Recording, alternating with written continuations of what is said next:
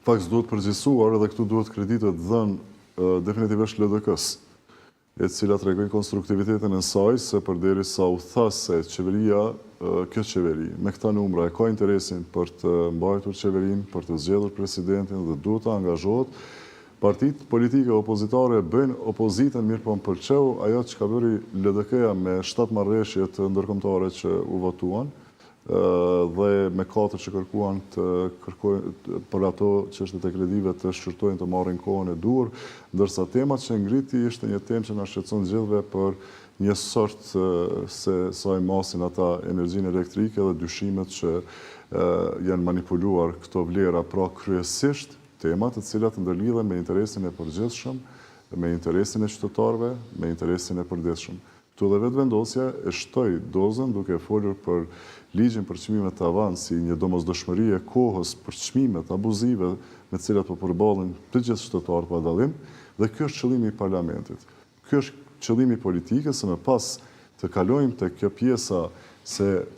kush e akuzoi kë dhe me çfarë fjalori përdori, më pas kjo atëri bashkangjitet më tepër zhurmës dhe një parafushate politike që mendoj se qytetarët nuk kanë nevojë. Nuk kanë nevojë nga cili do rezultat tjetër zgjedhor nuk do ta prodhonte një zgjidhje. Megjithatë, Pozhari, a u qartësua më shumë se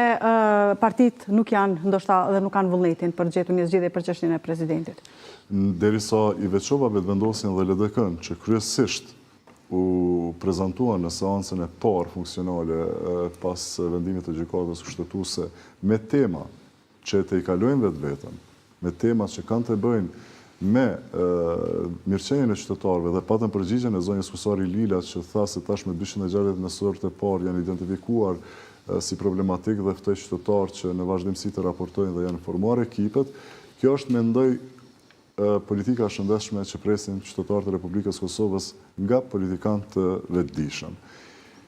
Ndërsa kjo pjesa tjetër që të krijohen konflikte,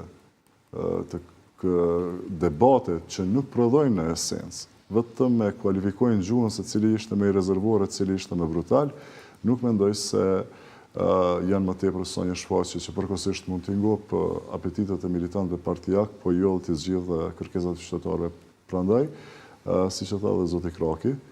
mendoj se LDK tregoi maturi, pa përjashtu edhe AK-n e cila në fund u përfshin në debate të panevojshme. Tipike kjo për zotin Avradine, nuk e di pse, mund të diskutojnë potencialisht për një marrëveshje në të ardhmen në mënyrë që mos të ketë zgjedhje edhe një herë. Ishte një çështje